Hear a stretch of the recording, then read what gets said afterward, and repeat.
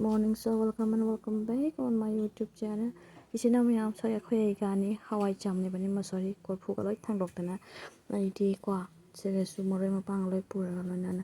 khoi ga masa se yam phawani khichi thongdagi thawang tawri ado yam su phagi tawri ai babu ko rakpani ko akhoi haw sangi mai thana bagi haidi mai thana moi jaw sangi shang saba singdo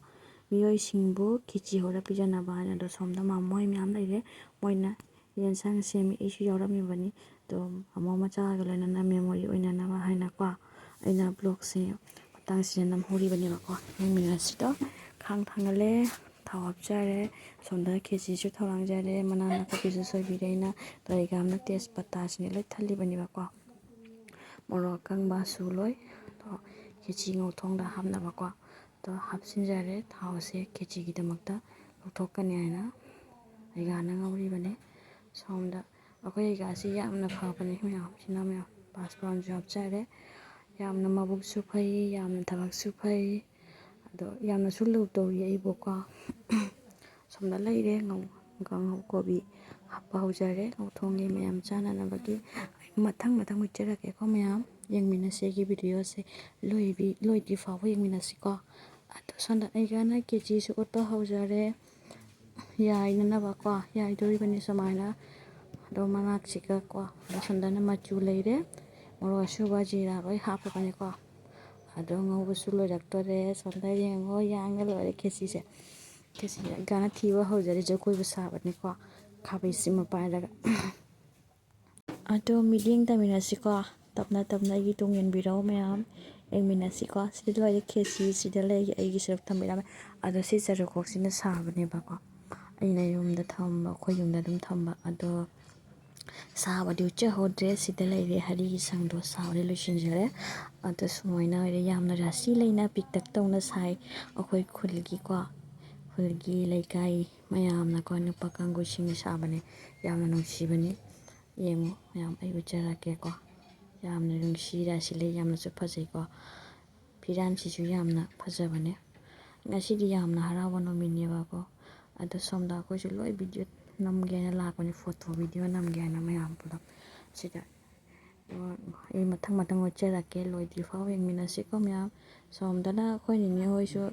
yaw sangi meithaba gi chat khare to sondana khoi chana pi su chi su sida ahiruk mayama leire ko mayamna purak pa ko akhoi yaw sang meithaba se labuk toina taw doi bini ke na ide akhoi khungang de lebani na ko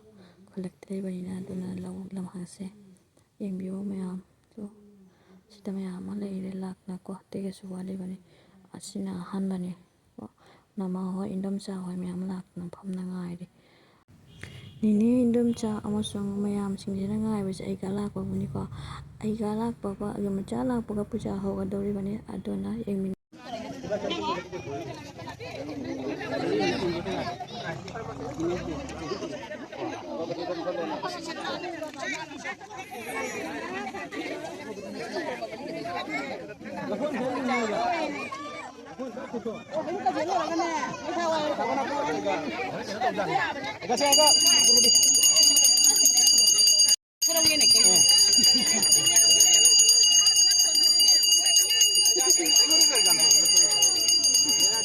Ayan, booking mo. Ayan, booking mo.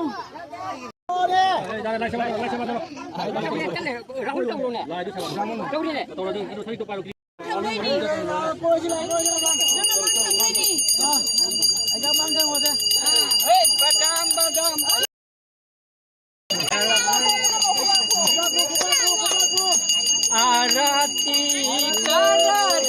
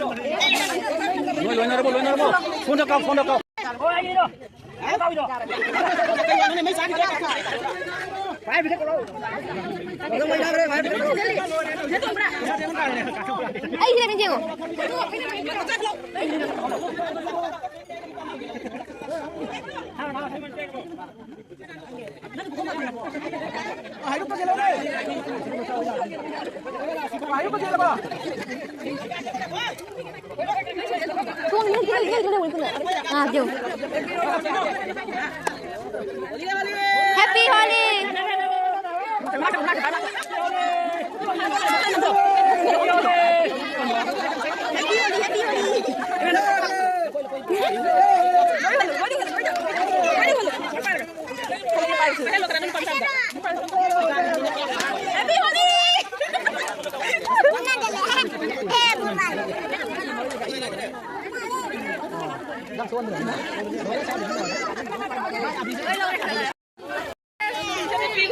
Dua lagi memang deh.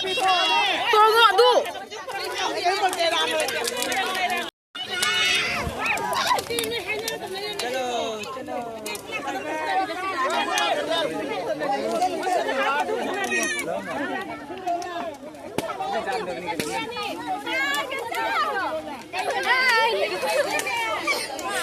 Happy Holi, guys.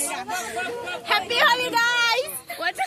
Ayun, nakalagay mo dyan. Sinamayang daw kasi di na matang sila sinjarage ko. Ato ay gibak sa yung manuhan. Please like, comment, amasang subscribe to wala mo.